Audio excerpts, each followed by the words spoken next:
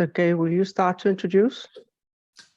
Yes, dear colleagues, dear friends, the pediatric section continue the program of the webinars, which this year was enlarged. This year we plan 4 webinars. So for these webinars, we have chosen the topic of Syringomyelia.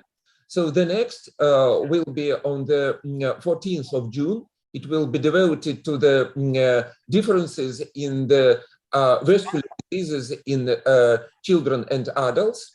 And after this, we also we are planning to another webinars. One of them devoted to the oncology, and the next one to the treatment of the cerebral palsy. We have chosen the topics according to our main mission of the pediatric section. So the comparison of the same diseases in the childhood and in the adulthood, in order to inform our adult neurosurgeons about the peculiarities of the diagnostics and the treatment of the same diseases in childhood, which they know in their adult patients. So this is our webinar devoted to the Syringomyelia in adult, in children in different ages. And it's a great honor for me to introduce our 2 moderators, the Federico De Rocco and Marianne Jopler. So please, dear friends, we may start. Federico, Marianne, please. Thank you very much, Sergei. So it's a great pleasure and to have you here, all of you, with this great topic. We try with Dr. Euler to have the best speakers available on this matter through Europe. So you will see different points of view, different elements discussing about the Syringomyelia. So please, Marianne, if you want to have a few words.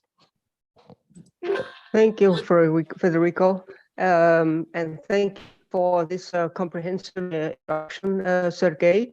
As you mentioned, it's essential that the pediatric section webinars are conducted jointly with another of the adult ENS sections in order to achieve exactly bridging between adult and pediatric neurosurgery. And this afternoon, it is our pleasure that this webinar is a joint session between the ENS pediatric section and the ENS CSF section, soon to become, or ENS CSF task force, soon to become the CSF section. And it is my absolute pleasure to introduce our first speaker, Professor Dominic Thompson from the UK, to speak on Syringomyelia and the ependymal canal. Thank you. Thanks very much indeed, Marianne and Federico. So let me just share my screen there. Is that working? Yes, that looks fine, Dominic. Thank you very much then, Marianne. So, well, welcome everybody to the this evening's session. So this is really just some introductory thoughts. I thought just to, I suppose, set the scene of Syringomyelia. And I think importantly, just to be sure that we're all talking about the same terms and we understand some of the nomenclature around this topic.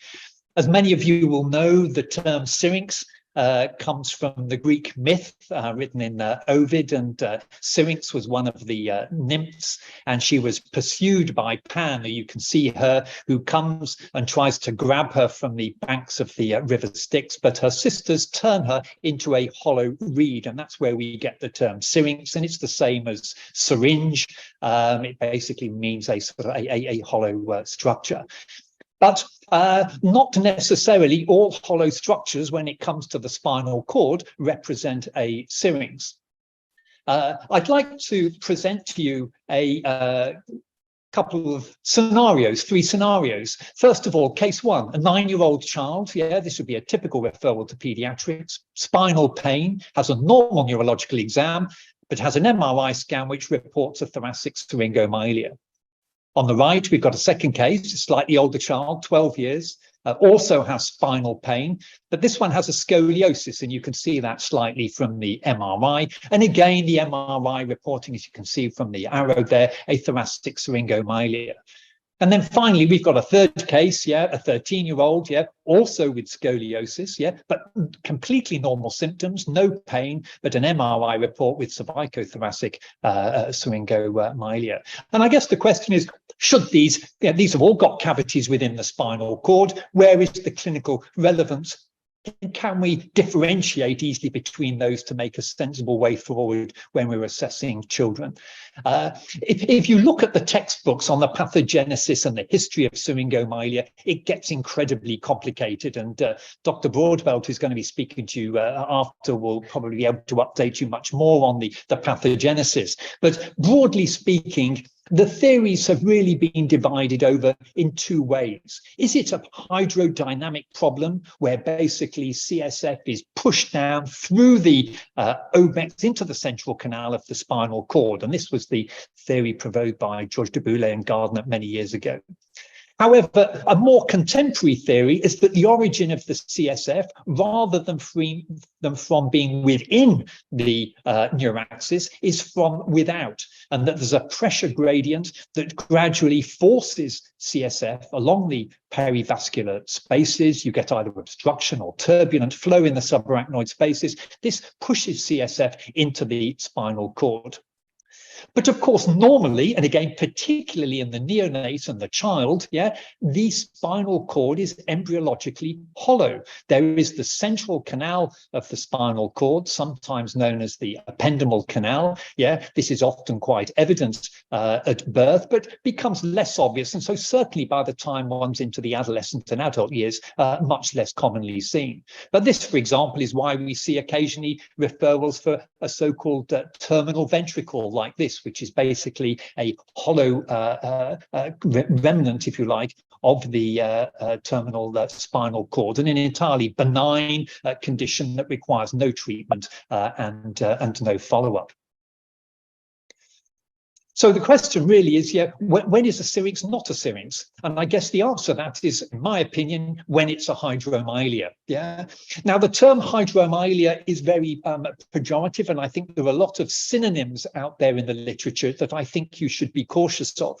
The terms idiopathic syringomyelia, hydrosyringomyelia, isolated syringomyelia, these I think are confusing terms because they lead you to think that there is a grey area between syrinx and hydromyelia. And I think from a practical point of view, this is actually not the case. They generally are fairly distinct cases and can normally be easily separated on radiological grounds. So I would avoid using these terms that have the word syrinx anywhere within them. So what are we talking about when we look at hydromyelia, and how can you distinguish it from a syrinx?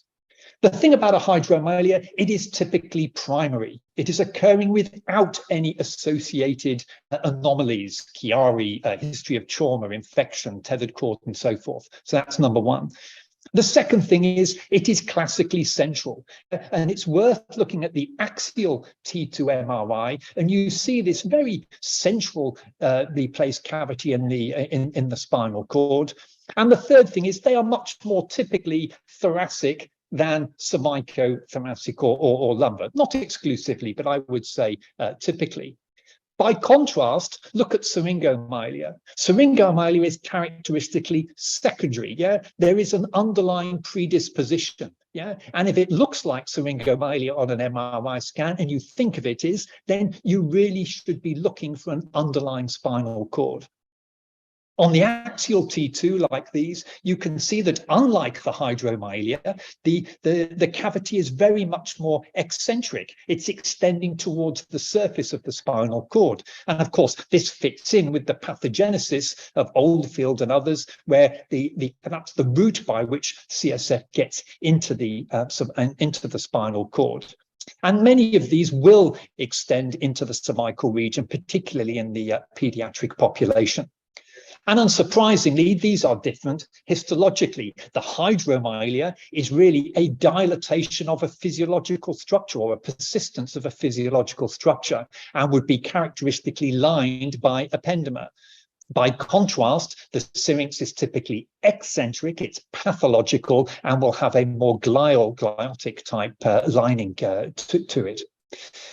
So in order to try and distinguish between the ependymal canal, hydromyelia, which I think is a reasonable term, and a syrinx, syringomyelia, yeah, I think you can look at these 4 S's. The site, yeah, thoracic versus cervicothoracic. The size, yeah. In hydromyelia, it's unusual that the cavity dramatically distends the spinal cord. You will often see CSF spaces around the area of the hydromyelia, whereas in a syrinx, you can often see the spinal cord much more dilated, and sometimes the subarachnoid spaces can almost be completely obliterated.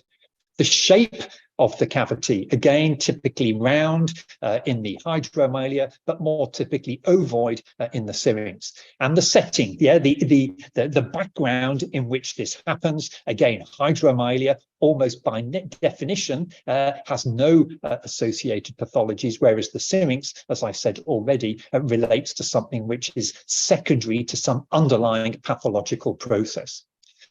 So what do we do if we see a child with we've diagnosed a hydromyelia? Yeah, does it ever require treatment? Should it be followed? And there have been a couple of fairly large papers that have looked or tried to investigate the natural history of this, because there's often the question, should you repeat the MRI scan? Well, in both these studies, they did that. And as you'll see, this looks at what happened to the hydromyelia when the scan was repeated beyond an interval of a year.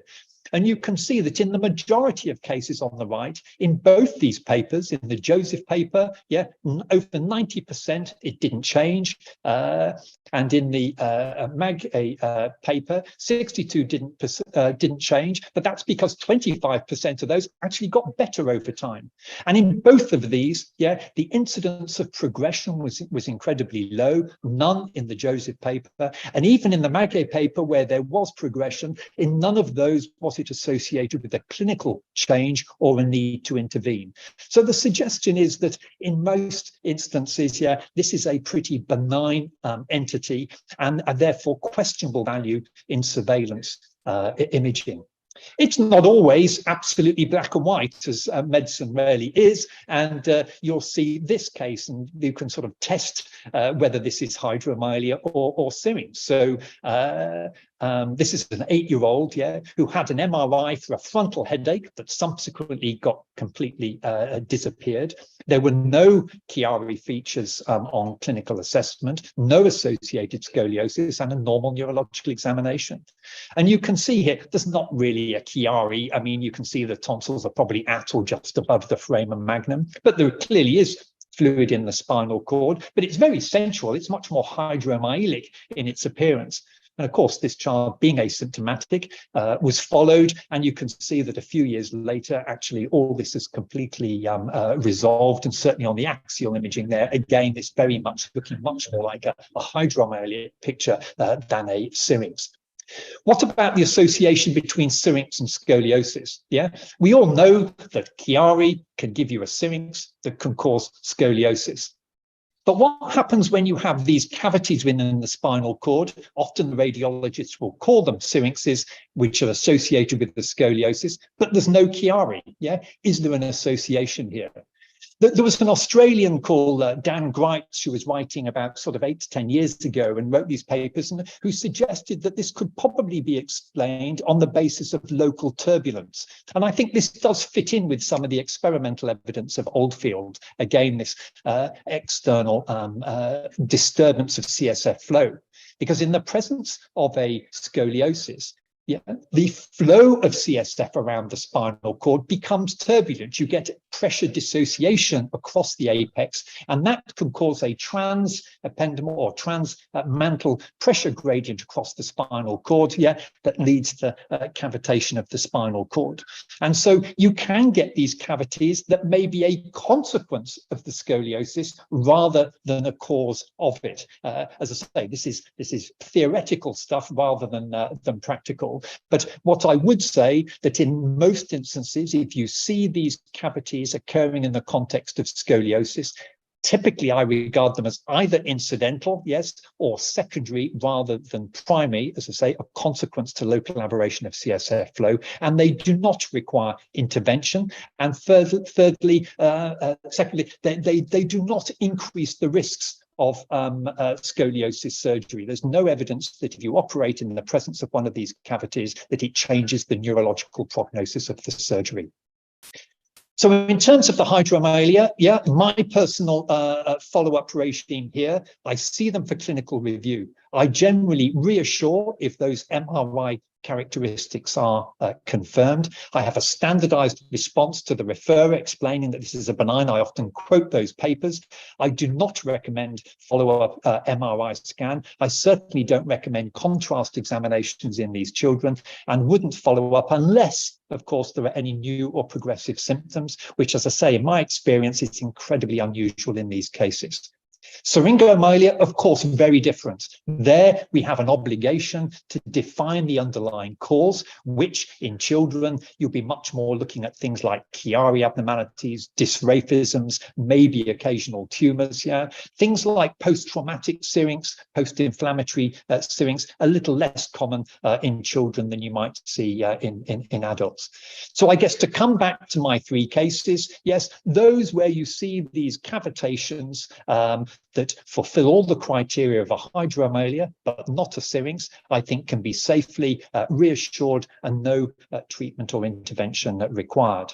By contrast, of course, as we said earlier, that association between Chiari, syrinx, and scoliosis, we know that surgery at that point can certainly improve the syrinx and can, if performed early enough, affect the natural history of the scoliosis. So to summarize, I would argue that hydromyelia and syringomyelia are radiologically and pathophysiologically very distinct entities, and that they can, in the vast majority of cases, be easily distinguished on conventional MRI sequences without having to do flow studies or anything like that.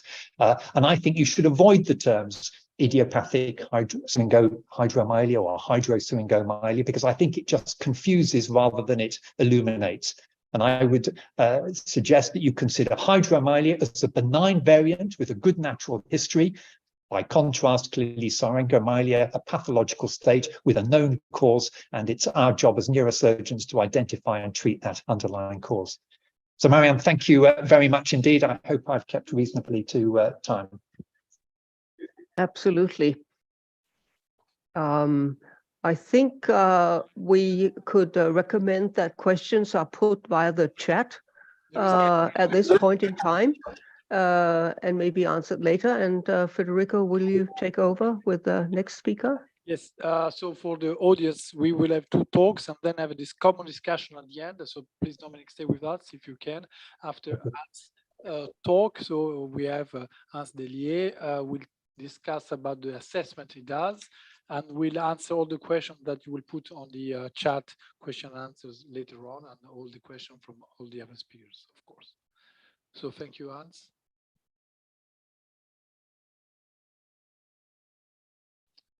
I'm not muted anymore. Can you see my screen? Is the presentation visible? Okay, yes, great. Yes. All right, so let's talk about the assessment of Syringomyelia. So first and upmost are the clinical symptoms. So what clinical symptoms can you expect with this? Typically, there's talk about dissociated sensory loss when we're looking at sensory symptoms and signs. And that's actually because when the syrinx starts more or less centrally in the medulla, it will damage the spinothalamic tract, leading to a state that pain and temporal sensations are lost, and most of the time in a cape-like distribution. So the arms, shoulders, upper body, often as asymmetric, as a true Syringomyelia, like Dominic told us, is mostly asymmetric. Patients may also experience pain and abnormal sensations in the neck and the shoulders or in the hands. And initially, when it's still small, it spares the dorsal column and the medial lemniscus. So the pressure, vibration, touch, proprioception remains intact in the upper extremities. Looking at motor problems that mostly starts a little bit later on when the centrally located syrinx will start to extend, and in an early state it will damage the ventral horn motor neurons and the fibers from the central, and then the thoracic, and then the lumbar, and then the sacral parts.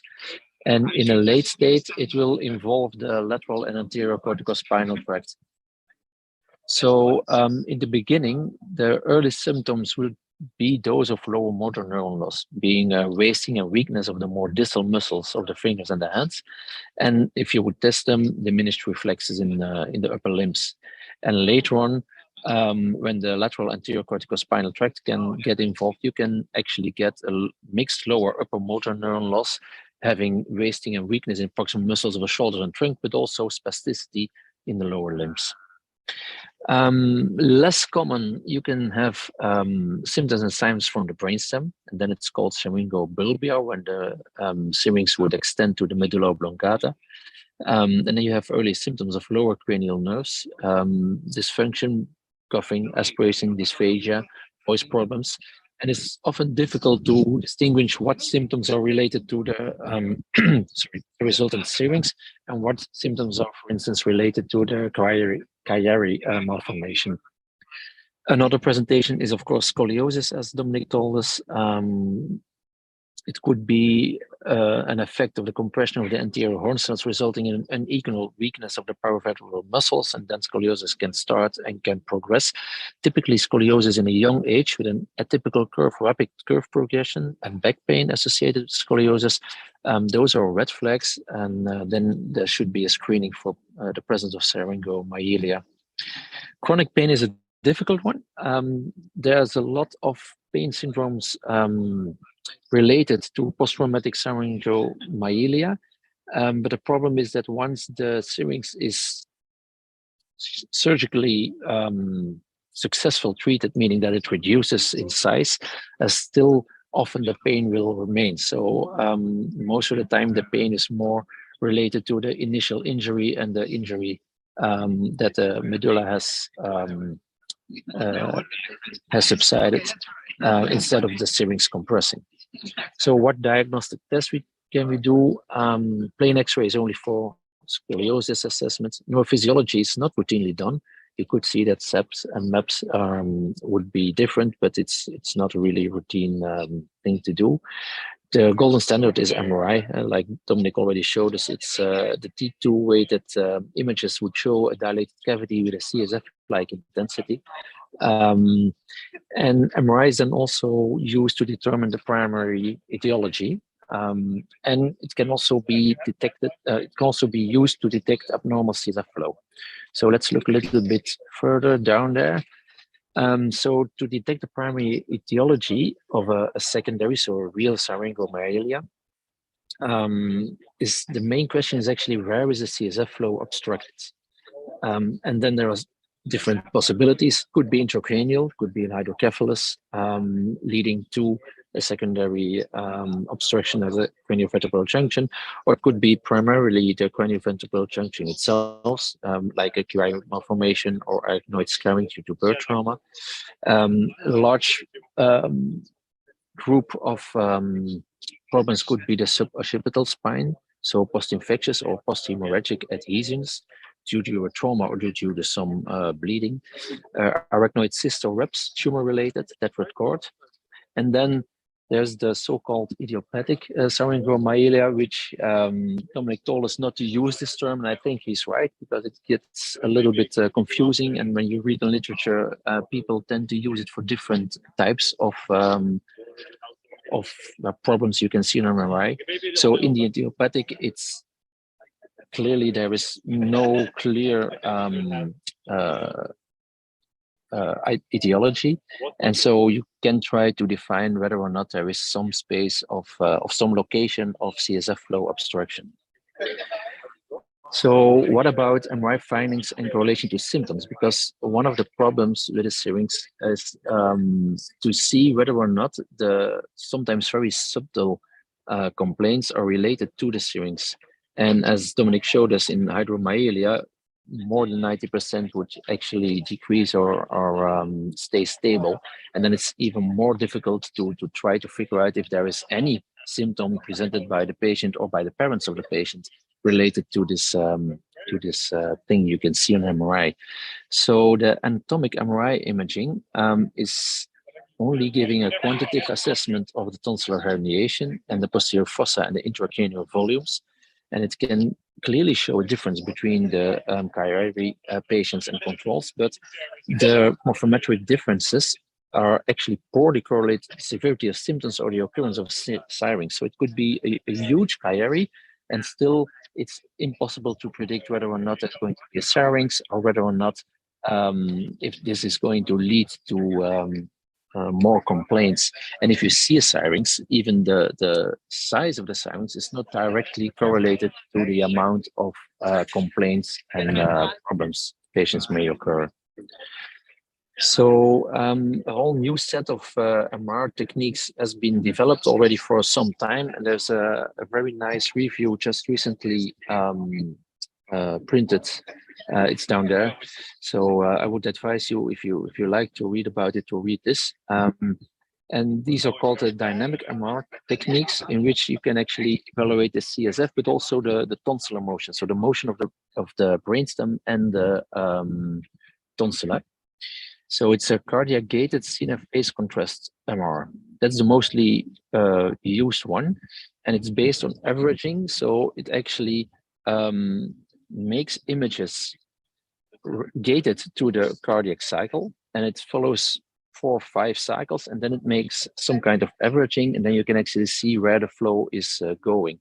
So because it's an averaging technique, it will not give you the visualization of the influence of the respiratory system. So you cannot use this to evaluate a Valsalva or Valsalva-induced headaches, etc. If you want to evaluate that, then you can use real-time phase contrast MR techniques. These are increasingly getting more and more used, and it allows the evaluation of respiratory changes, but it's not that easy to perform, and it's somewhat cumbersome to get good results, and you need good cooperation of the patient as well. So what MR findings can be correlated to the symptoms? Can we use these types of imaging to correlate symptoms? And actually, when you look at the CSF motion and the brain motion between normal and chirurgery patients, then there's a clear difference. And some studies have shown that the CSF motion is related to the symptoms. So the more this is disturbed, the more you can have symptoms. And the CSF motion is also independent, a predictive factor of the success of decompressive surgery, meaning that if you see a normal CSF flow around the brainstem, and even if there is a chirurgery, then this is actually a negative predictive factor, and chances are rather high that decompressive surgery will not result in solving the patient's problems. On the other hand, even without clear chirurgery malformations, but there is a clear disturbance of the CSF flow around the cervical junction, this would actually mean that there's a high chance of solving the patient's problems by doing decompressive surgery. So that is kind of clear. It is, so just go back, it's less clear if you're looking at the motion of the brainstem and the tonsillus. There are different reports stating that the more movement there is, the more the symptoms, but there's also papers stating the opposite. So up to now, only the movement of the CSF around the cervical function is more or less reliable. And then the differential pressure in the syrinx versus the subarachnoid space can be examined with these techniques as well. And actually, it sheds some light on the pathophysiology, like Dominic told us already. What they see is that there are lower systolic and diastolic velocities within the syrinx cavity than in the subarachnoid space. So there is a difference in velocity and probably a pressure gradient. There's a higher systolic than diastolic velocity in the syrinx. So the pressure wave of fluids enters the syringe faster than it gets out. So that could also point towards how the syringe can distend. There's an early systolic peak in the syringe cavity compared to the suprachnoid space. So the timing of the peak is also of importance, because that has been shown in experimental work that if there is a delay in the peak flow between the central canal and the suprachnoid sinus, this could cause some dilatation. So there's pretty much good data coming out and getting better about the CSF movement, but there's conflicting data and conclusion. So to conclude, I'm very sorry, but it's getting very loud around my ear here. The clinical examination is key to link the complaints to the syrinx. MRI of neurexis is necessary to find the etiology, and dynamic MRI can help in difficult decision making by evaluating the flow. And those two articles I put there, the utmost Flint is a nice review, relatively recent review about the entire Syringomyelia and the vision about it and treatment, etc. And the reference at the bottom is very interesting if you want to know more about cine MRI, dynamic MRI. Thank you. Thank you very much. And unfortunately, at the end, it was a little loud on the background, so it was difficult. But so we can start the discussion on the questions. So one question we have for all of you is from Samira Akmal, asking about the lining of the ependyma in the different cavities. So in the hydromelia or in the Syringomyelia, do you have differences in the tissue? Maybe Dominic, you can answer that. Yeah, thanks, Federico. I mean, I guess most of the time we don't biopsy them, so it's difficult to answer that question with certainty. But as I was trying to show in those slides, almost by definition, the hydromelia will have an ependymal lining. By contrast, because of the pathophysiology of syringomyelia, which is a pathological ingress of fluid into the cord, there the lining is more likely to be glial. Now, that's not to say you may not find some disrupted ependyma within that, but it's predominantly glial in the syrinx and ependymal in the hydromelia. That's, I guess, the most accurate I could give you. Okay. So there are also some questions about Chiari and syrinx. So with or without scoliosis. So without scoliosis first. So in the case you don't do surgery, do you follow them? Do you repeat imaging to see if the syrinx progress? So for me, I must admit, if I see Chiari in the presence of scoliosis, yeah, for me, it's only significant if there is a syrinx present. I think if you have a scoliosis patient with a Chiari, but no syrinx, I must admit, I don't think there's any evidence there to support the correlation between the Chiari and the scoliosis. I think if there is a Chiari, a syrinx, and scoliosis, yeah, there I do operate, but my prognosis in terms of improvement of the syrinx will be dependent on different scenarios. So the classic patient who tends to benefit is the young child with Syringomyelia associated scoliosis, who's pre-menarchal, who's got a curve of less than 30 degrees. And that's work that came from Doug Brockmeyer and the group in North America. And I think those you can definitely improve the natural history of the scoliosis. But for me, scoliosis in the presence of Chiari and syrinx, even if there are no symptoms, I think there's a cogent argument to consider surgery there. And the surgical procedure would be? So my classic, I mean, again, you know, I know Gianpiero and I had an ISPN debate on this, and if anybody wants to have a look, it's on the ISPN website from when we did that. And of course, the reason was the debate is there is no absolute consistent. My personal view is that I open the dura because I think at the end of the day, you have a functional obstruction at the level of the craniovertebral junction.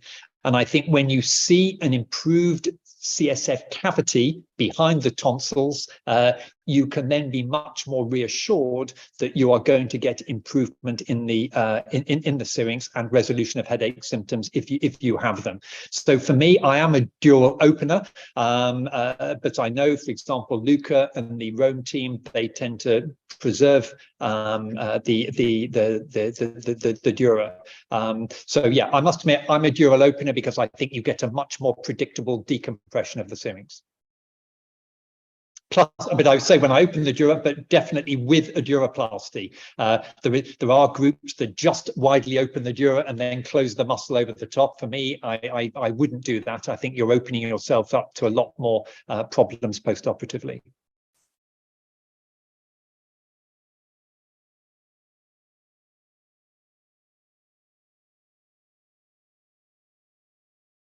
You are unmuted, Fede. Thank you, Luca, for, I was talking just to myself. So Dominic, you mentioned a certain point that you can have scoliosis and a localized syringomyelia without the chiari. Yeah. That those cases, the hydrodynamic problems are localized due to the scoliosis, and the consequence is the syringomyelia, the localized problem. How do they evolve after correction of the scoliosis? Do we have studies in which they were able to do MRIs despite the osteosynthesis and assess that the syringomyelia was solved by correcting the spine deformity? I don't know the answer to that, Federico. What I must admit I do is that there are two very, very large North American studies where people have just done the scoliosis surgery without doing any MRI beforehand. Yeah. Now, and some of those, I think there are like 2,000 or 3,000 patients in some of those series. Yeah. So almost certainly some of those are going to have had hydromyelias, cavities within the cord, and they argue that the MRI in those series didn't make a difference to the neurological risk of the surgery, because that's the thing the orthopedic surgeons often worry about. In operating in the presence of a cavity in the spinal cord, is that increasing the risk of surgery? And I think for those focal changes in the spine, I think the answer that I don't think there's any evidence for that, but I can't point to post-operative MRI studies to support that. Okay.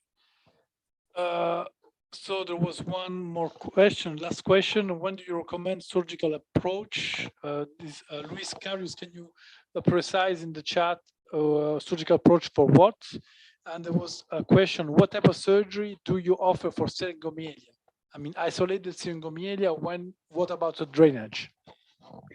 So I must admit, again, I don't like the term isolated syringomyelia or idiopathic syringomyelia, because by definition, syringomyelia is not idiopathic. It has an underlying cause, and it's your duty to try and find out what that cause is. Certainly, I have had cases where I've had a bad, say, Chiari with syringomyelia. I've done what I felt was a good decompression. I've got an MRI showing what looks to be a capade, and yet the syrinx has persisted or even got bigger. And I think in those cases, I have, and Shlomi Constantini has written on this about the possibility in those cases, yeah, doing a syringo subarachnoid shunt in those. So I think that is an option for refractory cases. But I absolutely emphasize that is something that I have never done, and I couldn't imagine a scenario when I would do that in a hydromyelia. Hans, you want to comment?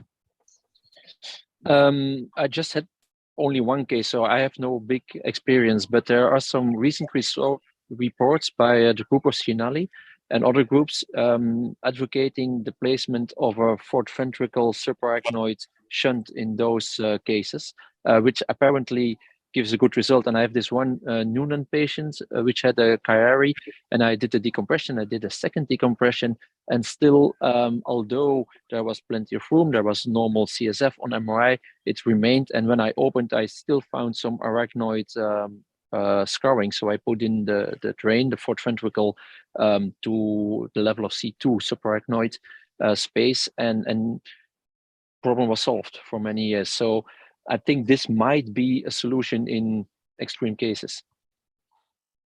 Okay, so the question about Lucas was Syringomyelia. Do you recommend a shunt? But I think that you mentioned the possibility of the Syringomyelia shunt, Dominic. There was another question regarding sclerosis and Syringomyelia. Don't you think that the cause is due to asymmetrical constraint? So this is from Seita. So the occipital region, some asymmetry, and causes the scoliosis and Syringomyelia. Yeah. Sorry, I wasn't quite sure of the question there, Federico, because certainly I have seen somebody postulate, and again, I think it was actually in one of Doug Brockmeyer's papers, that you could have asymmetric compression of the tonsils on the brainstem, and that could somehow change motor function and cause the scoliosis without a syrinx. I must admit, I have not seen that scenario, and as I say, I would not operate on a Chiari for scoliosis in the absence of a syringomyelia. That would be my personal view. Okay, so I think we need to move on because Sergey recommended us to be on time. Federico, just one final comment, and again, just because I think it's very pertinent to pediatrics, and that's if you have a scenario of this and they don't improve, one always has to consider the possibility of an underlying hydrocephalus or CSF disorder, and because ETV and ventricular shunts can have a role occasionally in these cases. So I just meant to put that in just because it's relevant, I think, in a pediatric forum. Exactly. Don't forget ETV can treat some caries. Exactly. So, Luca, thank you. Can you continue? Yes, of course. Thank you, Federico. I'm trying to share the screen.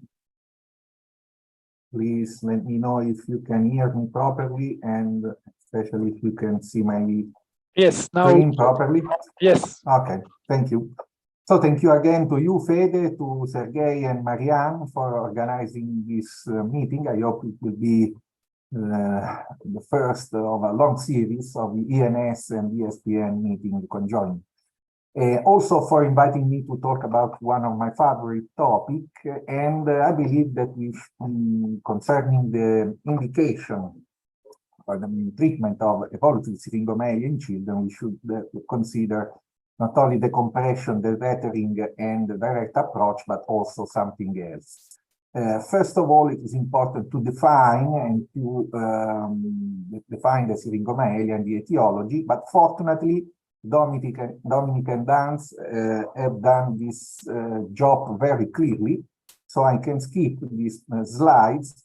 It was just to recall what is the symptoms of an evolving syringomyelia, and of course also what are the pictures that we can have for an evolving syringomyelia associated in this case to Chiari malformation. So I will start my presentation from here, starting from the consensus conference, the international consensus conference we had in Milan 4 years ago, because the considerations I'm going to do in the next slides reflects the opinion also of the experts who came to Milan and gave their opinions. But also, of course, they are based on the literature review that we made in preparation of the consensus conference. So, a first option for the treatment of evolving syringomyelia is the decompression.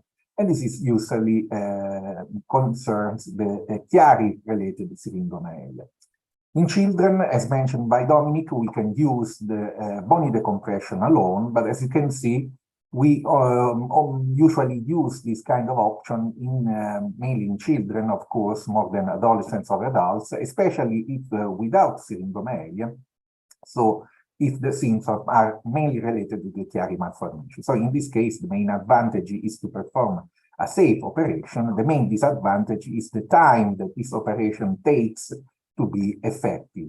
This is an example, for example, for our series. As you can see, we don't have a syringomyelia here. You can appreciate a thin dilatation of the ependymal canal, but this is not the problem. And if you look at the literature, this operation is highly effective if the indication is correct, and also if you are able to check, for example, intraoperatively, as we do with high resolution ultrasounds, the pulsation of the tonsils and the reopening of the subarachnoid space. Otherwise, in case of syringomyelia, the best operation is for sure to perform a bony decompression and a dural decompression. This is mainly speaking only about Chiari related to adult or adolescent patients or children with syringomyelia. And of course, the main advantage of this operation is to recreate the cisterna magna. And of course, the main disadvantage, as we can guess, is the possibility to increase the risk of CSF leakage. This is one case of our series, for example. As you can see, the operation is really effective in reducing the syringomyelia, and also, according to the literature, there is a good improvement of the symptoms, but also of the radiological features, both for Chiari and in particular for syringomyelia. But we know that in children, sometimes the room that we can obtain enlarging the bone and the dura is not enough. So only in these cases, in selected cases, or in case of arachnoiditis, of course, we can also gain more space by performing a lysis of the cerebellar tonsils. Of course, this is the most radical operation, and of course, we can increase some way the risk also of some usually minor neurological deficits. Once again, a case from our series, very good results after surgery and after tonsillar lysis. Once again, of course, this is the most radical, so the most effective operation, radiologically speaking. The clinical improvement is good as well. But once again, the most important aspect, in my opinion, is the indication. As we know, in the literature, there is still such an eternal dilemma by choosing between bony decompression or duroplasty. This is a paper that we published in a special issue that we edited together with Dominic Thompson. And in my opinion, the eternal dilemma doesn't matter anymore, because we know that we are talking about two different techniques that we can use in different subsets of patients. Knowing that the bony decompression alone is safer, it has a shorter hospital stay, a lower rate of complication, but it is less effective, and on the contrary, the duroplasty has a higher risk of complication, but of course is also more effective. So in young children, for Chiari malformation, we consider the bony decompression alone. In the very young, also if they have a syringomyelia. Otherwise, if we talk about syringomyelia, it's better to perform at least a duroplasty. What about the tethering? Of course, in this case, we are talking about syringomyelia related to a tethered cord. And this is a very common, at least a quite common association. If you look, for example, to a general series speaking about tethered cord for different causes of tethering cord, as you can see here, about 40% of children with tethered cord also showed a syringomyelia.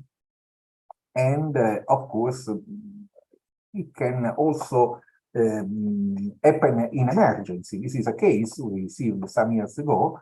A 4-year-old boy who was admitted in emergency because of progressing paraparesis and urinary block.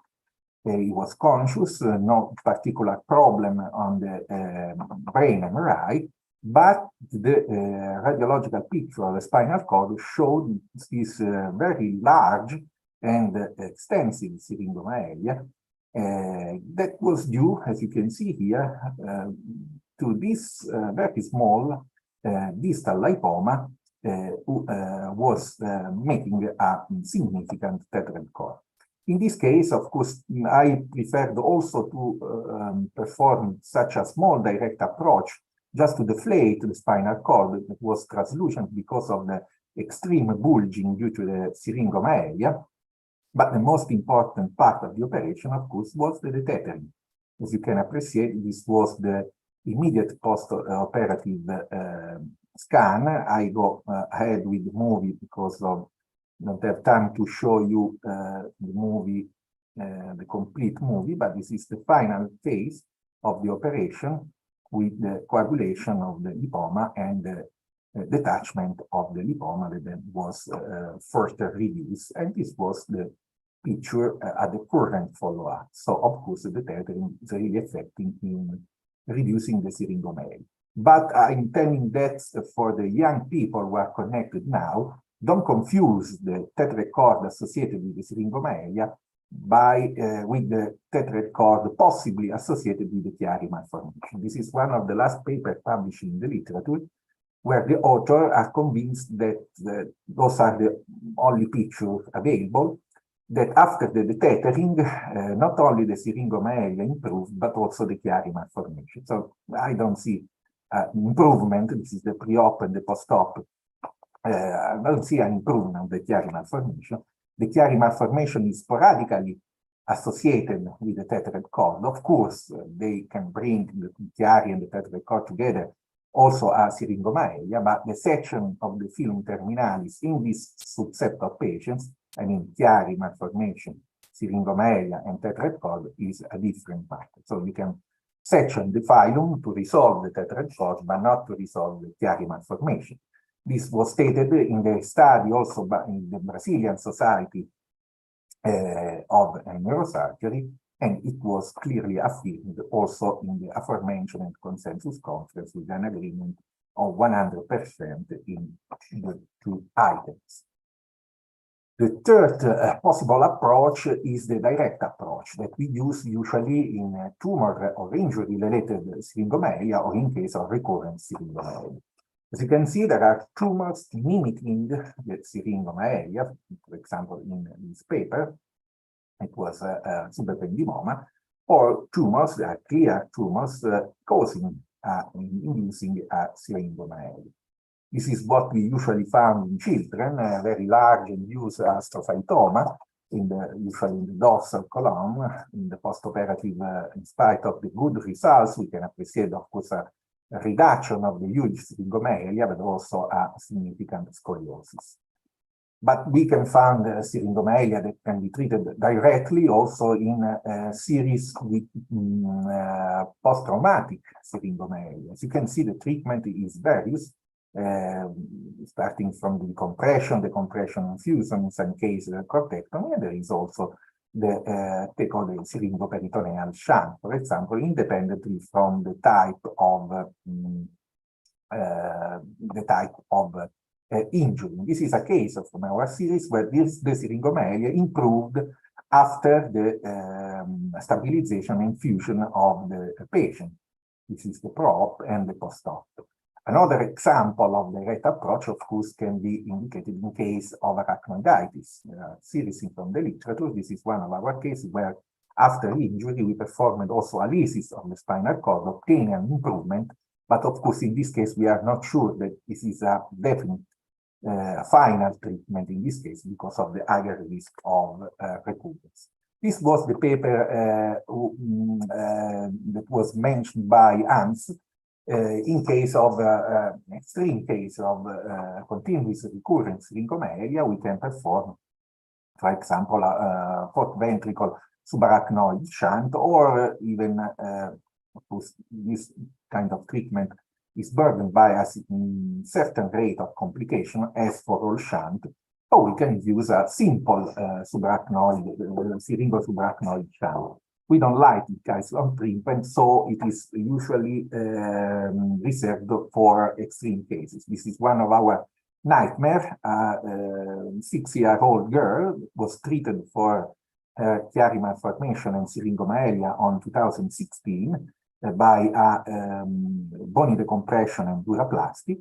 She had a transient improvement of the symptoms, but then a worsening, also radiologically speaking, with a significant recurrence of the syringomyelia. So On 2010, we went back for a new duroplasty and also arachnoid lesions.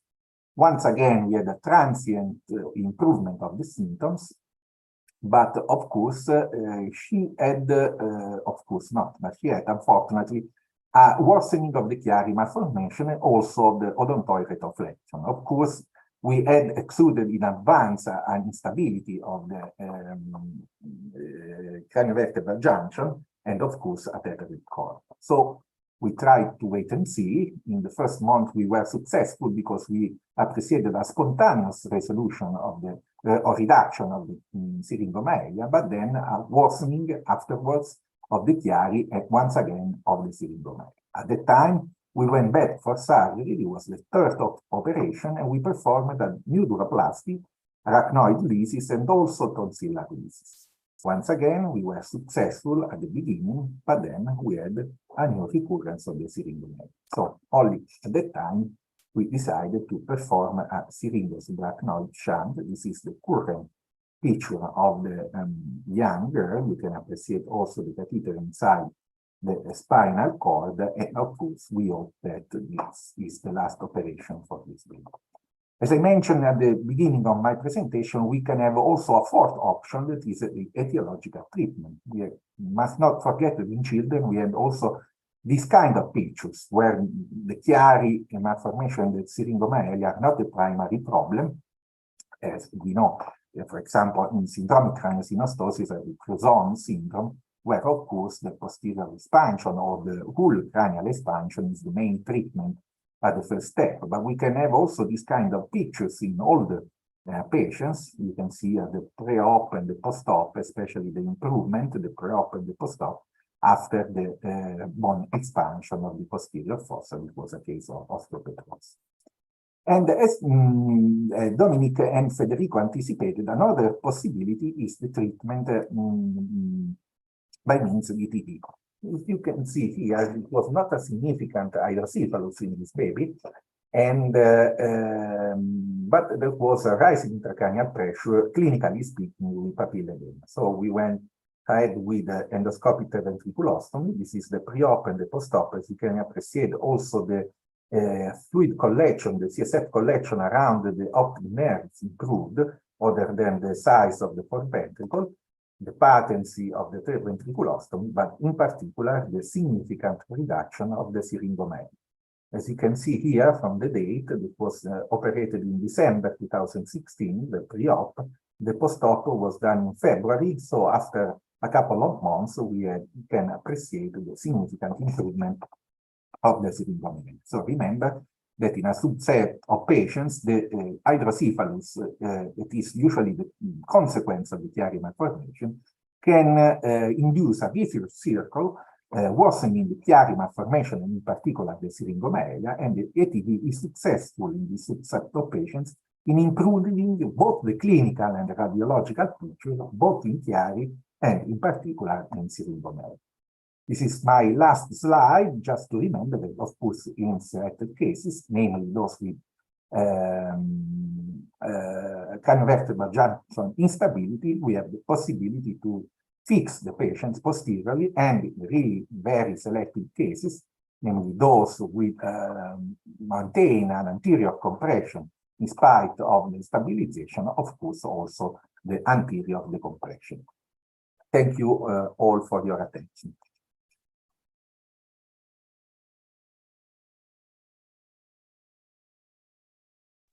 Thank you, Luca.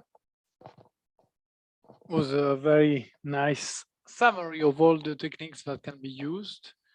And as I said previously, if everybody agrees, we could continue discussing about the management in adults.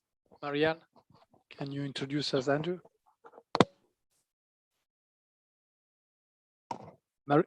Marianne, you're muted.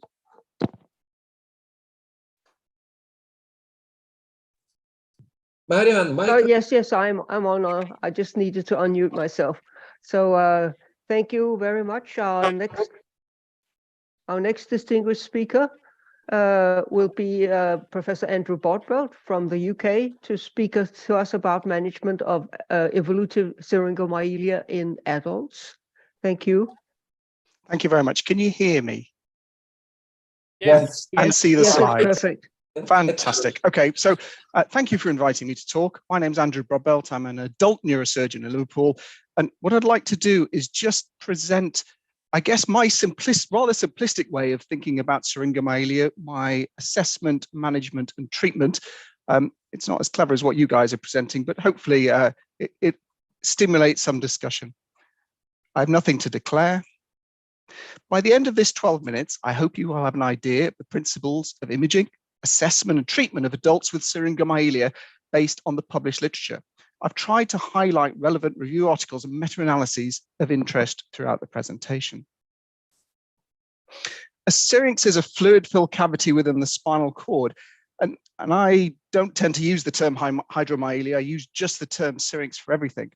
The commonest associated condition is a Chiari-1 malformation. I'm not going to talk about Chiari-2 as that's a different condition, would normally be covered in the pediatric session. So up to half of patients with a symptomatic Chiari-1 will develop a syrinx. Traditionally, a Chiari-1 malformation was defined as greater than 5 millimeter tonsillar descent, but this definition is now outdated. We should think of this as a collection of conditions due to a disorder of CSF dynamics at the craniocervical junction. Patients with syringomyelia may experience a range of symptoms related not only to their syrinx, but also to the underlying causative condition. It's therefore important to take a thorough history and perform an appropriate examination. We've already had very good talks on the sort of things you need to be looking for. A syrinx is the spinal cord's response to a change in spinal fluid dynamics. As such, I agree completely with Professor Thompson. There is no such thing as an idiopathic syrinx. Every syrinx is caused by something, although it may be hard to find. The commonest causes relate to an associated Chiari malformation, trauma, tumors, or some form of arachnoiditic process. Any patient referred with an asymptomatic Chiari should have at least imaging of their brain and cervical spine. If they have a syrinx or the person is symptomatic, then further imaging of the whole spine is required. I'd like to put a plug for Sharon's paper published last year in Brain and Spine, which goes into more detail about the clinical and radiological assessment of patients with a Chiari and syrinx. This 62-year-old man presented with worsening arm symptoms that had been initially controlled with methotrexate by the neurology services. After he started to deteriorate, he was referred to neurosurgery, a scan with contrast, showed a hemangioblastoma, and after this had been removed, his syrinx disappeared. He in fact got better initially, but then a few years later developed progressive problems with his hands. The message here is that all patients with a syrinx need a contrast study.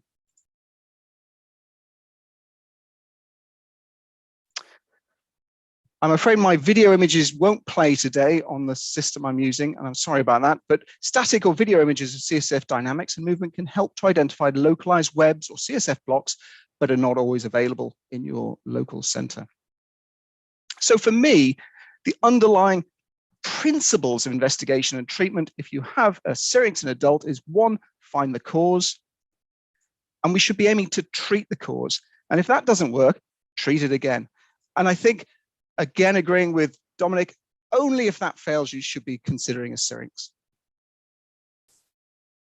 Likewise, if we're looking for the cause of the syrinx and a patient has a Chiari, we have to look for the cause of the Chiari.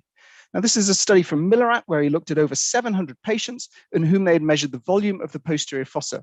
He found that most had a small posterior fossa. There were, however, other groups who did not and still had a Chiari.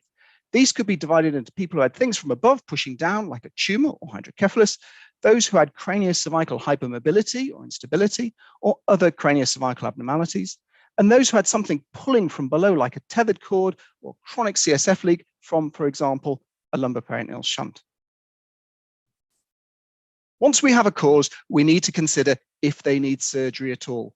Is conservative management an option with pain management, structured rehabilitation, injections, or drugs such as cannabinoids?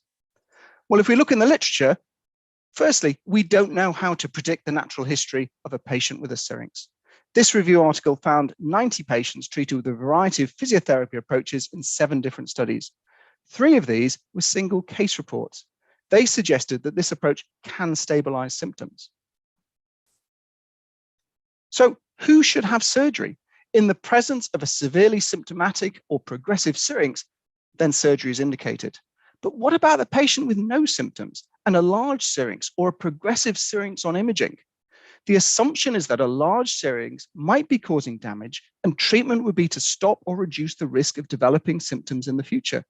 But there's very little evidence that this is the case in the literature, but it is something you need to consider to discuss with the patient.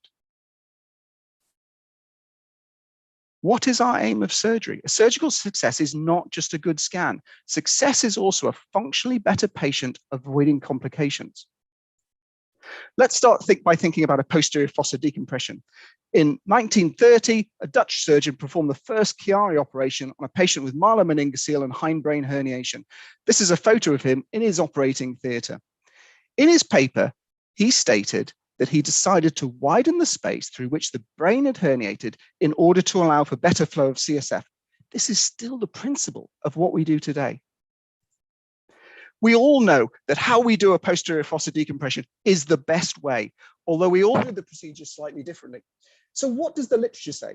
Well, a small comparative series suggested that a larger craniectomy provides better early symptom relief, but a smaller craniectomy provides better outcomes in the long term. There's been a lot of debate, and we've been hearing it already today, about bone only, arachnoid sparing, dural opening, and/or patching. A number of meta-analyses, I've quoted Tam et al., suggest that in patients with a syrinx, specifically adults with a syrinx, opening the dura has the highest success rate, but also the highest complication rate. It is a technically more difficult procedure, and patients are in hospital for longer. Bolognese surveyed a group of experienced Chiari and syrinx surgeons, and those with the highest surgical numbers all opened the dura and patched, either with periosteum or bovine pericardium. Other ways of treating post-fossa, decompressive post-fossa, a group from China have published in a minimally invasive way of selectively resecting the tonsils with similarly reported outcomes. And finally, the idea that C1, C2 fixation plays a role here was reviewed by Arslan, but only relatively small numbers have been published, with many having craniocervical abnormalities to a much higher extent that is normally accounted in other series. This treatment remains of interest as the early results are promising, but the pathophysiology, or the reason why it works, remains very unclear. And if C1, C2 instability is the cause of the problem, why does posterior fossa decompression work at all? Up to a quarter of patients following significant trauma will develop a syrinx, and up to a quarter of those will become symptomatic, which can take up to 30 years to occur. A recent review by Yuping suggested that surgery can help with symptom stabilization and motor function may improve, but pain and sensory symptoms may continue to get worse despite radiologically successful surgery. The DISCUS trial in the UK hopes to examine early spinal cord decompression and fixation after spinal cord trauma, randomized to duroplasty or leaving the dura intact. And it'll be interesting to see if this additional treatment has an impact on future syrinx development in these patient groups. The current accepted treatment of a post-traumatic syrinx involves decompression, dural opening, arachnoid lysis, and often duroplasty with the aim of restoring CSF pathways across the abnormality. Other techniques described include myelotomy and shunting. And we've already started to talk about shunting. Shunting is described from the syrinx to the subarachnoid space, pleura or peritoneum, or simply from the subarachnoid space above to below the obstruction. There's very little in the literature to suggest that one technique is better or provides additional benefit over an adequate decompression and duroplasty.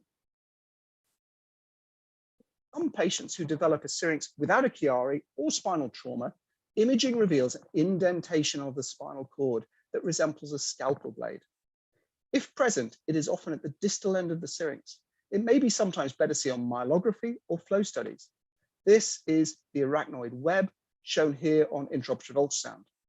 At operation, the band of arachnoid can be divided with sharp dissection and removed. The syrinx usually improves afterwards. However, in my own personal series of patients treated in this way, although the imaging usually improves, the clinical improvement is only evident in just over 50%. In patients with a terminal syrinx and a tethered cord, then the treatment is untethered. This patient presented with symptoms from his syrinx and headache when upright. If we follow the guidance of imaging the whole spine, it means you won't miss the large anterior meningocele. Although this is rare, this that any chronic spinal CSF leak can cause a Chiari and a syrinx, and you need to think about this during your clinical history taking and imaging. any progressive Chiari should alert you to the possibility of a chronic CSF leak. And as Dominic said right at the beginning, patients with hydrocephalus and a block at the craniocervical junction would normally have the hydrocephalus treated first. If the block is a block in the outlets of the fourth, and I've certainly seen that with people who don't have a Chiari but have a syrinx, then that would normally be the first treatment, to open that block rather than a shunt or an ETV. Let's talk a little bit about shunting of syrinxes. So this systematic review this time looked at the outcomes of syrinx shunts. The take-home messages are that shunts have a high complication rate, up to 40%. Patients are better. But if you're going to put something in, the syringoperitoneal shunts fared the worst. So think about placing it elsewhere. We've talked a bit about prominent central canals. This is not an early syrinx. This is a variety of normal, and I know but there's been a publication about using repeated LPs for these people. This is something that you leave alone. If you're really anxious about it, you do a repeat scan in a year, but even that's hard to justify. So finally, take-home messages are, in patients with a syrinx, look for the cause. MR the whole neuroaxis with contrast, treat the cause, and you aim to restore normal CSF dynamics. Finally, I'd just like to put in a plug for the next International Syringomyelia Chiari and EDS conference to happen in Liverpool, June 2025. You've all seen from the recent Eurovision Song Contest what a great place this is. And besides a packed scientific agenda, we're also planning to offer delegates a fun run along the waterfront and a taste of the city. The fun run is not compulsory. We look forward to seeing you in Liverpool, and I'm happy to take any questions. Thank you very much for this very nice review on the adult world. So now, Martina and Dominic, I don't know if you have questions. Yeah, we have a lot of questions from participants. Yeah. Hello. Dominic, who wants to start to discuss the questions?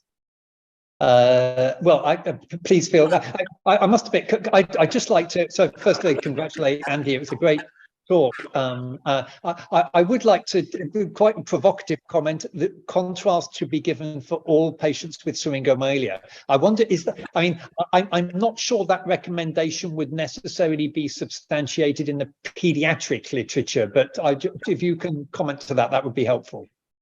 I think you can justify it in the adult literature. Certainly, let us say that this is not a dilated central canal, but somebody with a syrinx.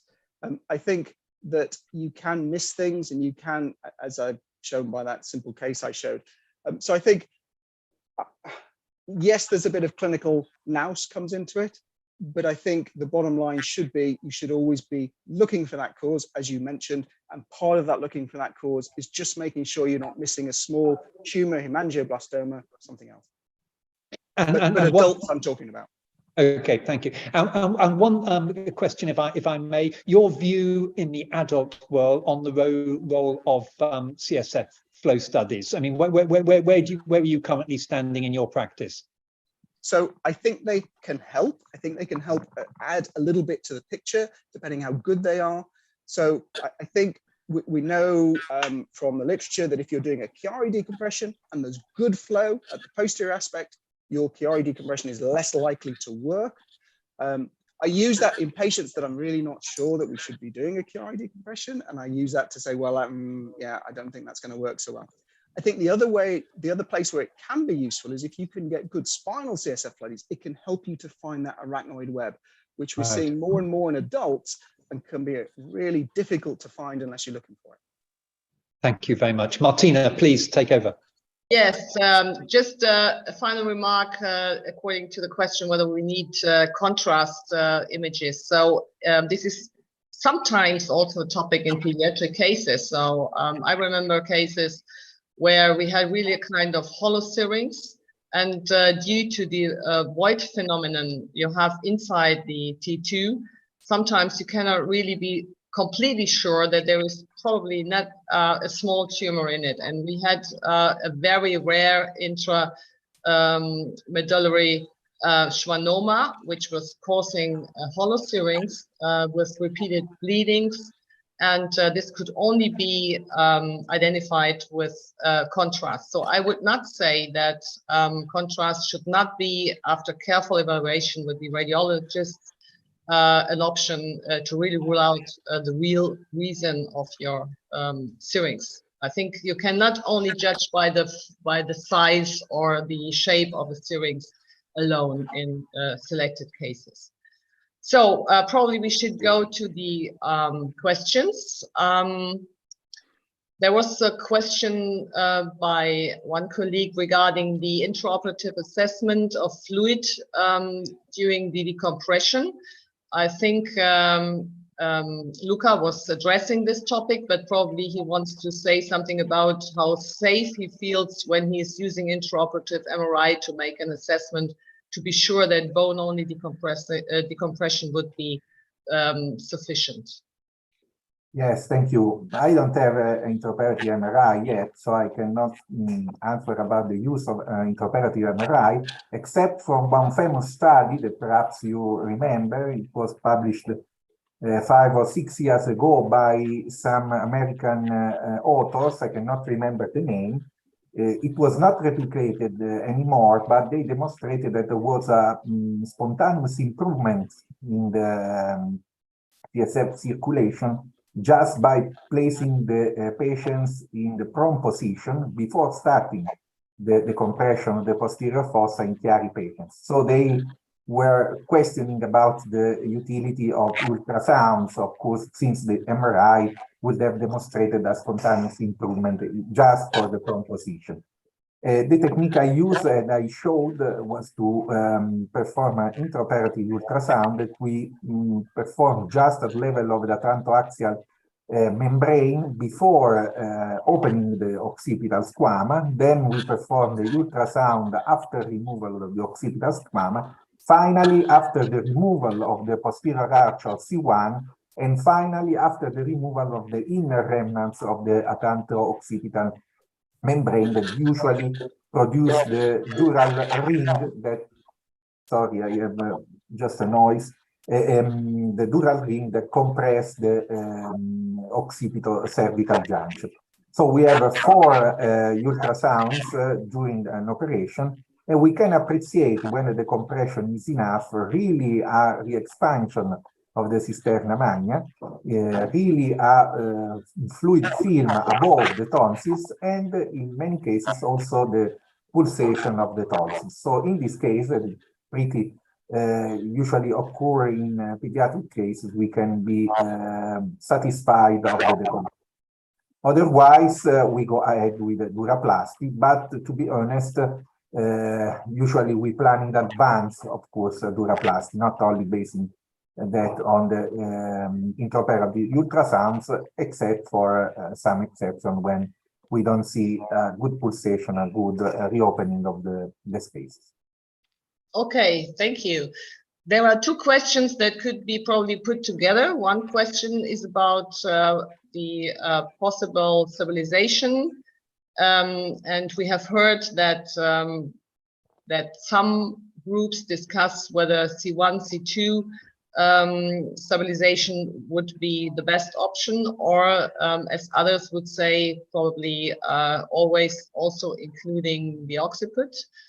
And there was another question regarding the odontoid movement, so that we have ventral decompression, which probably has something to do with micro or macro instability. So I would like to discuss the first of all, the probably indication setting in these cases, and on the other side, what is the opinion whether C1, C2, I personally do not understand this mechanism, should be enough for most of the cases in kind of instability, or if we always should include also the occiput. Shall I start from the adult side? Yeah, please. Or Luca, go ahead. No, please, Andrew, start. maybe Andrew, Okay. because this is also sometimes a topic. The C1, C2 stabilization is more a topic discussed in the adult world. We do not completely understand the rationale behind this. So I don't think there's much debate if there is definite instability at C1, C2, and if you have basilar invagination and you have a lot of movement there and compression, yeah, okay. If you're going to do a Chiari compression, it's probably not enough. You're probably going to need to fix them as well. And there's been some big studies that show that if you don't fix them, they're the ones that you run into trouble with. If you have just basilar invagination, but it's not there's not movement there, then you're probably okay to just do a Chiari decompression. As far as C1, C2 fixation for everybody with a Chiari, which is what Atul Gul has been suggesting, I struggle with that. I really do. The results, he deals with quite a different population, more pediatric, more children with very abnormal necks. That's not what I see in the adult side. I don't see a lot of people with these basilar invaginations, with these abnormal hypermobile necks. I see many people with Chiaris and syrinxes. So I struggle to take what he says into my own practice because I think they're quite different populations. Yeah, so would you agree? Would you agree to say that probably C1, C2 is in post-infectious Grisel cases where we also sometimes have a Syringomyelia? Then we of course have the same principle to treat them. But if we have proven instability at the true CVJ, then probably it's not the best option. So what would you suggest for assessment in order to be sure that stabilization is an indication? So a flexion extension CT. Yeah. I don't use flexion extension MR as much, certainly not in these cases, but flexion extension CT. Yeah, and then you have the problem, C0 down to C2, most of the cases. So I totally agree with Andrew. Just to answer also a question that I saw about the odontoid retroflexion, this is a quite common feature in finding in children. Usually this is not associated with hypermotility of the junction, so it doesn't mean that the child should be fixed. Yes, totally agree with Andrew. And my concern about the Goel technique is that he demonstrated that at least in his hands, in series, is effective. But it is not more effective than the compression for the Chiari malformation. So if you don't have an instability, I don't see a reason to fix a patient, especially a child, so to reduce also the movement of the neck if you have the same results than in cases that are simply decompressed. So this is my opinion. For sure. I'm sorry, I need to cut the discussion because Sergey will complain if we are too long. And we'll need to move to the part 3. So Marianne, can you present the recommendation on what life should people live when they have a Syringomyelia? Thank you. Let me just see. Can you increase the screen? Yes. Does that show up? Yes, thank you. Yes, okay. Yes, it does. Thank you very much. I have been asked to talk about Syringomyelia recommendations for childbirth and sports. Of course, the reason for lumping these two into the same talk is the question of physical exertion and how that might influence symptoms of Syringomyelia. I have to admit that with this talk, we are moving into quite thin ice because in both situations there's very limited evidence. Now, talking about considerations about childbirth first, it's worthwhile to ask why should we worry about it, and of course it is because the labor and Valsalva maneuvers connected with labor may cause increased pressure of the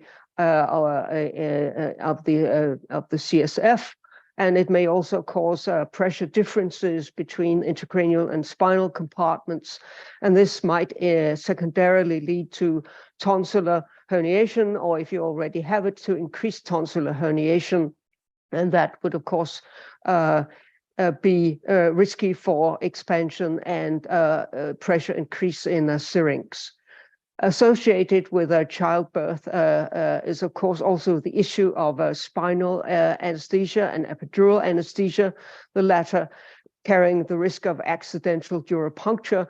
And this, of course, carries the risk of CSF leakage, which could further increase an ICP gradient and increase tonsillar herniation. So these are the questions that lie behind these considerations. However, as I mentioned previously, there are a few published recommendations.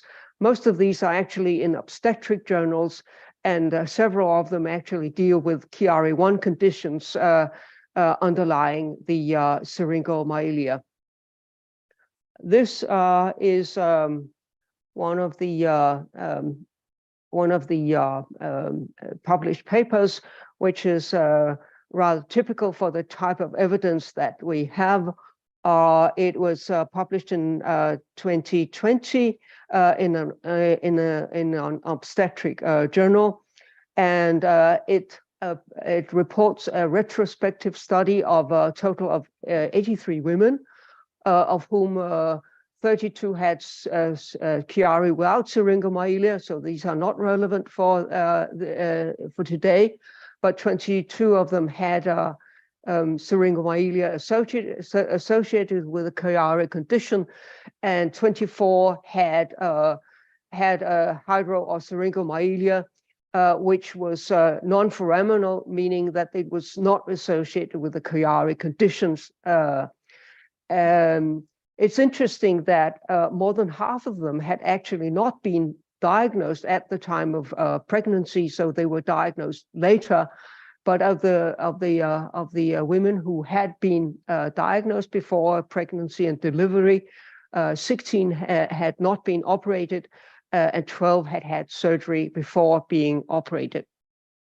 Interestingly, this reflected in the recommendations for natural vaginal delivery or cesarean section, which is shown in the column diagram in this picture. Amongst all the patients, regardless of the Syringomyelia or Chiari condition, just over 60% delivered vaginally, and about 15% delivered with a cesarean section, planned cesarean section, and just about 20% delivered with an emergency cesarean section. Interestingly, the occurrence of emergency cesarean section was equal among all three groups, including patients with a diagnosed and operated Chiari or Syringo condition, demonstrating that the indications for emergency cesarean section was obstetric and fetal conditions and not related to the Chiari and Syringo condition. So the preference for cesarean section versus vaginal delivery was really the felt recommendations rather than documentations. In patients with a diagnosed Chiari or Syringo condition, it was preferred to have about 35% deliver with a planned cesarean section and under 50% with a vaginal delivery. If they had been operated, even more had an elective cesarean delivery, and very few were recommended to have a vaginal delivery. However, in this paper, there was no clinical deterioration associated with vaginal delivery, nor with neuraxial anesthesia related to this. The paper concluded that neither delivery nor anesthesia modalities affect the natural history, and in fact was not felt to be a risk. However, they do recommend that individual evaluation is mandatory, but how that should be practiced is not really outspoken in the paper. If we pick out the Syringo cases from this paper, we can see that patients with Syringomyelia and syrinx associated had no worsening of their Chiari score. They used a Chiari score, severity score, which they had produced themselves for this particular paper. Interestingly, patients who had what they did called a syrinx only without any CMI, there was a tendency towards worsening of these with a vaginal delivery. And this leads me back to think about Dominic's distinction between a hydromyelia and a syrinx. So patients with a primary spinal disorder underlying the syringal condition might actually do worse with vaginal delivery. A couple of quotations from these papers, from this paper. When asked, neurosurgeons still favored cesarean delivery over general anesthesia rather than vaginal delivery with epidural anesthesia. But surprising, the rate of cesarean delivery increased among women who had already been operated on, although the aim of the decompression operation was actually to decrease the risk of raised intracranial pressure and to increase the flow of CSF across the foramen of magnum. So in fact, considering this, these women should be at less risk rather than at increased risk. Further, the paper quotes that given that most patients before being diagnosed had vaginal delivery without any reported neurological complications, so these were the patients who were diagnosed later, we question whether these cesarean procedures were actually necessary. Indeed, there was no statistical evidence for high rates of clinical or radiological deterioration following vaginal delivery with or without spinal anesthesia. And this is, of course, because more than half of these patients had not been diagnosed with their Syringomyelia or their Chiari prior to pregnancy and delivery.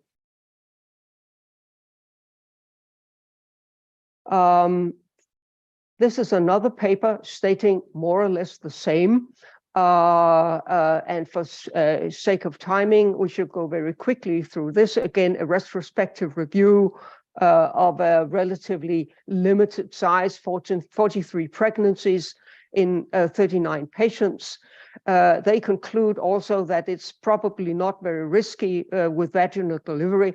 However, we have to note that 21 of these patients were selected for cesarean section delivery, and only 9 patients in this paper had vaginal delivery. So it seems a relatively slim background for the recommendations that there is no risk associated with vaginal delivery in patients with Chiari conditions. So actually, the most cited clinical reason for operative for cesarean section delivery was the avoidance of Valsalva, which was felt least likely to aggravate the syrinx. However, the 9 patients who did have a cesarean section, they had different conditions, including sensory symptoms, bulbar symptoms, questions of intracranial pressure, motor symptoms, and autonomic symptoms. So these would be exactly the same patients that you would be worried about having a Valsalva maneuver. So it's questionable how solid these recommendations actually are. So I think summarizing what is possible to find in obstetric papers, it seems that vaginal delivery and spinal epidural analgesia appear safe, but only if the patient is asymptomatic or stable with minor symptoms. The literature we have at hand contains considerable risk of selection bias in the conclusions, because many of the patients who would be at risk actually were pre-selected for cesarean section because of an intuitively felt risk by neurosurgeons and obstetricians. This paper in ACTA, a recent paper in ACTA, presents the neurosurgical view of the scenario, and they state that there were no instances of brain herniation during surgery during pregnancy in patients with Chiari conditions, and they had did an additional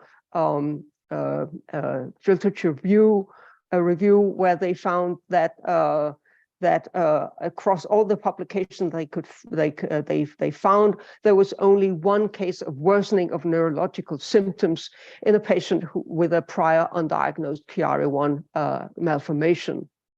They also found that cesarean deliveries were and vaginal deliveries were about 50-50, including those with a neuraxial blockade.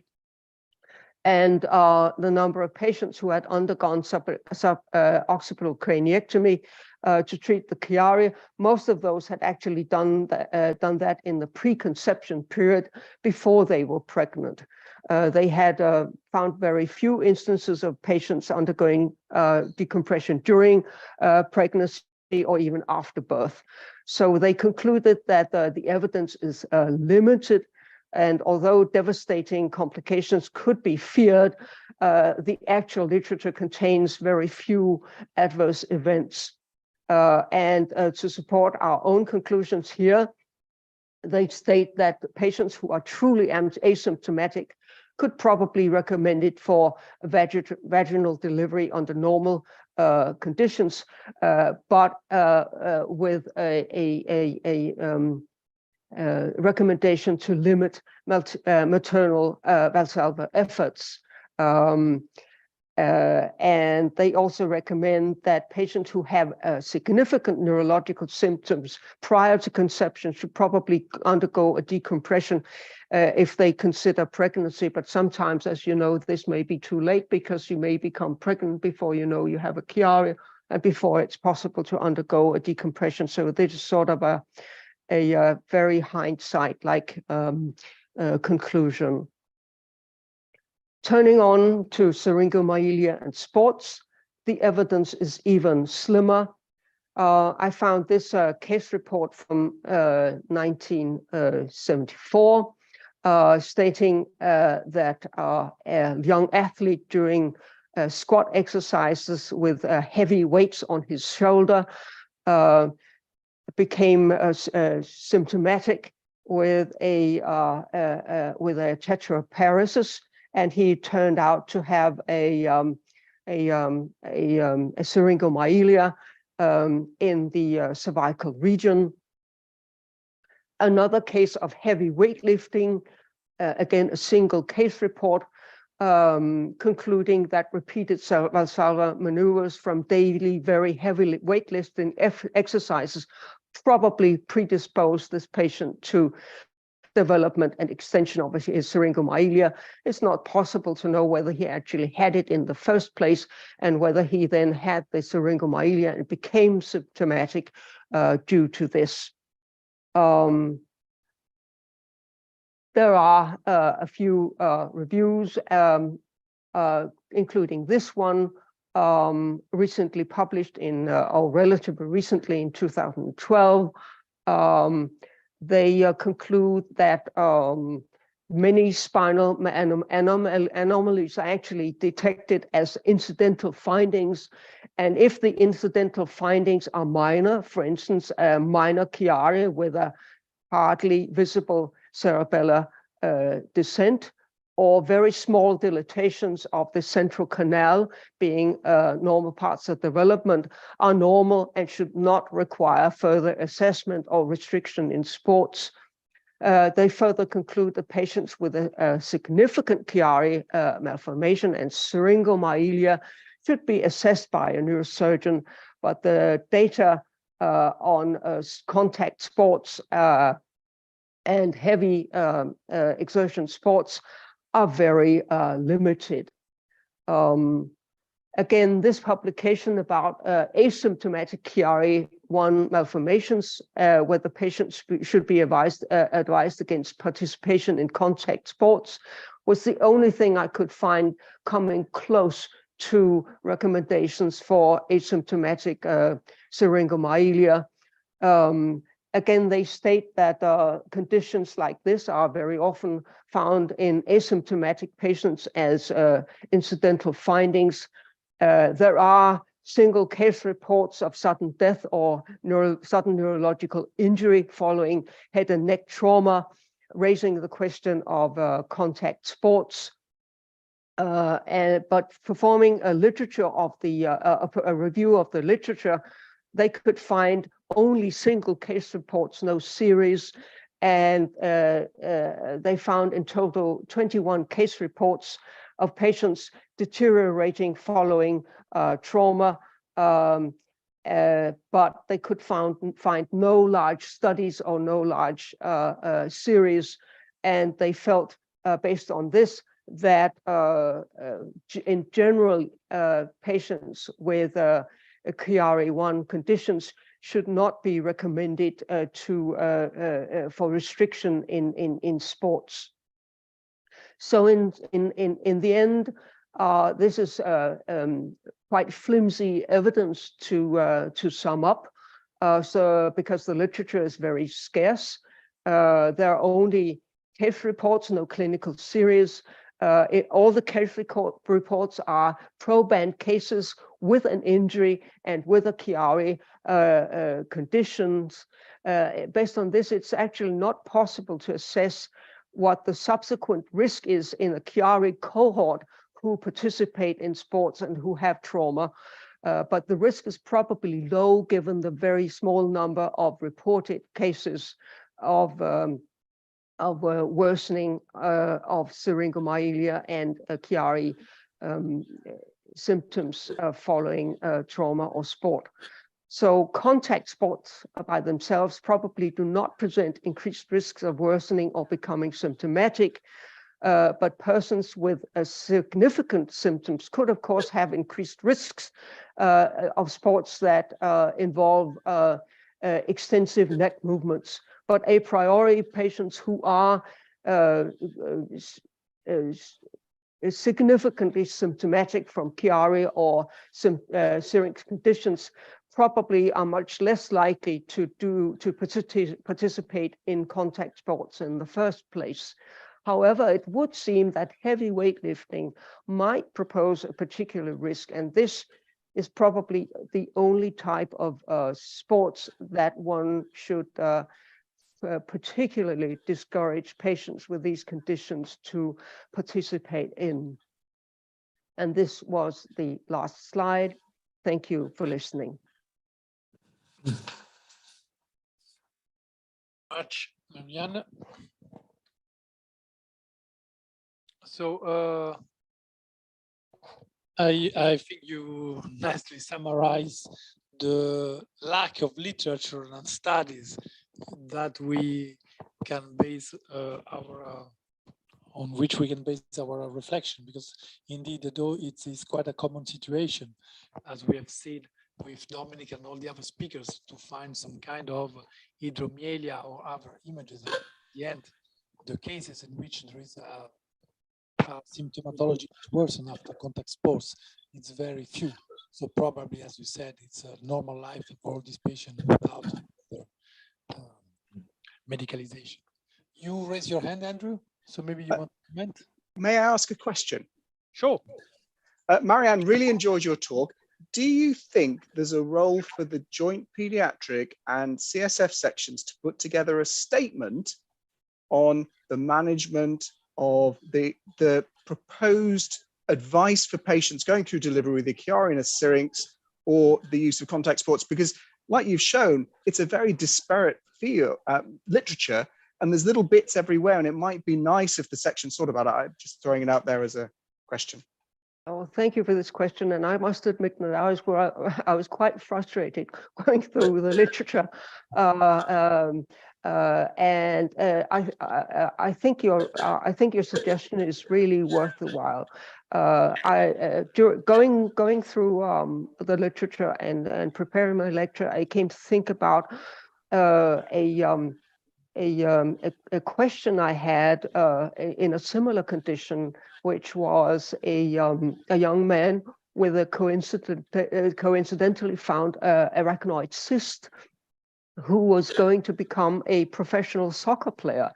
And I was asked both by him, his parents, and the soccer club what the recommendations would be for a soccer player with the use of the head and neck when you hit a ball with your forehead. And it was also extremely difficult to find a good basis for recommendations. So I think what we can sum up of the literature and what we can do to propose any type of recommendations would make people feel more secure. However, I must emphasize the need for individual assessment in each particular case.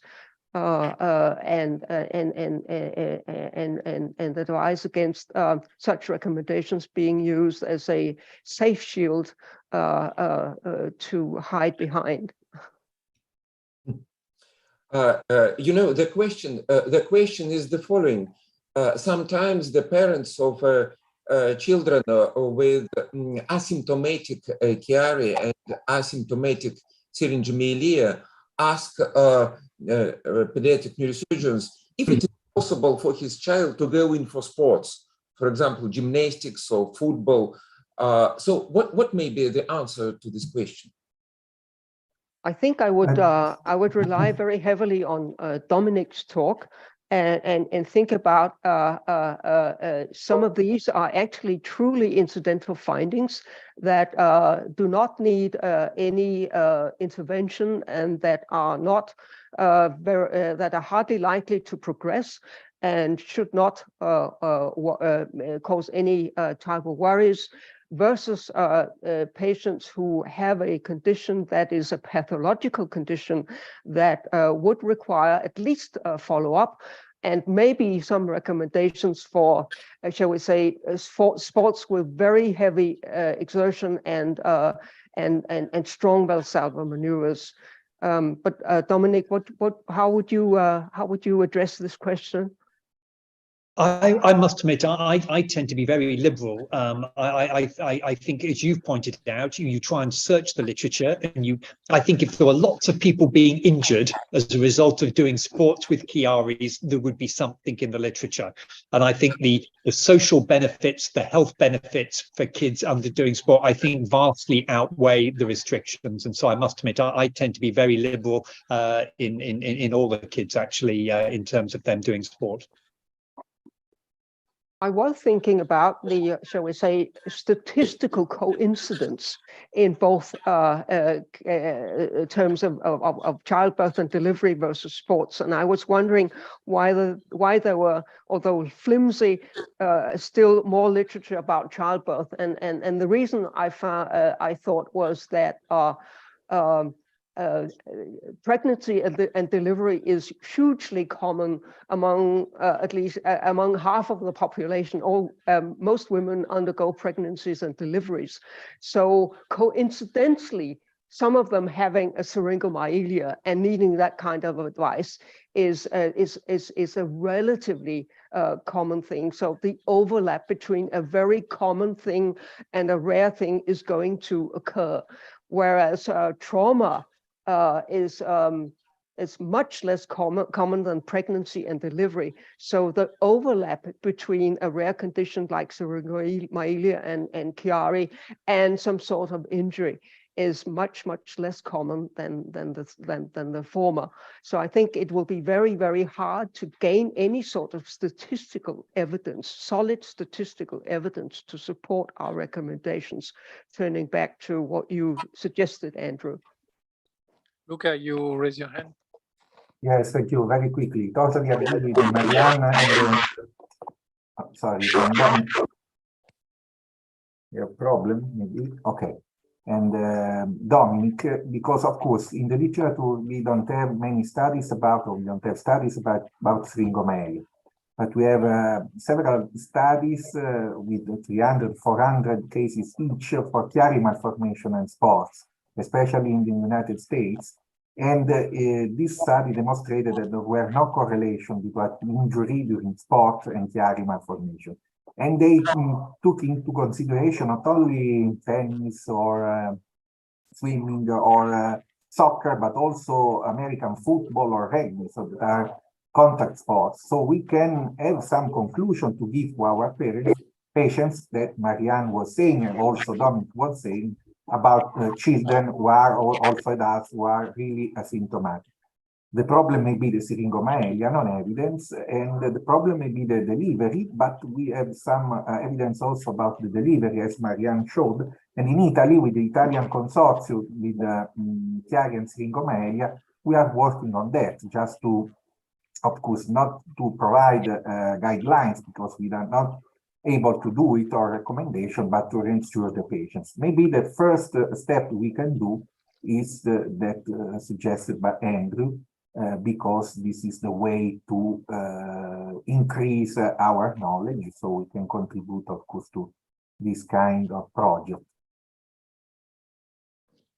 Radek, do you have a comment? Thank you. Thank you for nice reports, everyone, and specifically Marianne. I just sitting and wondering that the funny thing is that the same kind of questions we get regarding all many other pathologies like arterial cyst, vascular malformations, you know. And the funny thing is that the incidence of these incidental findings is approximately up to 1% of the population, and with increasing number of MRIs that are taken in Western countries, it's quite a huge amount of referrals. We get literature every day. So I think I support absolutely the view of Andrew. It would be very nice to aim at having some kind of consensus that could be used until we have more knowledge and more evidence. Because otherwise, you know, we all will drown in the referrals from GPs and from other colleagues and from the population, because you know the incidence of these findings has just increased enormously, at least in Western countries.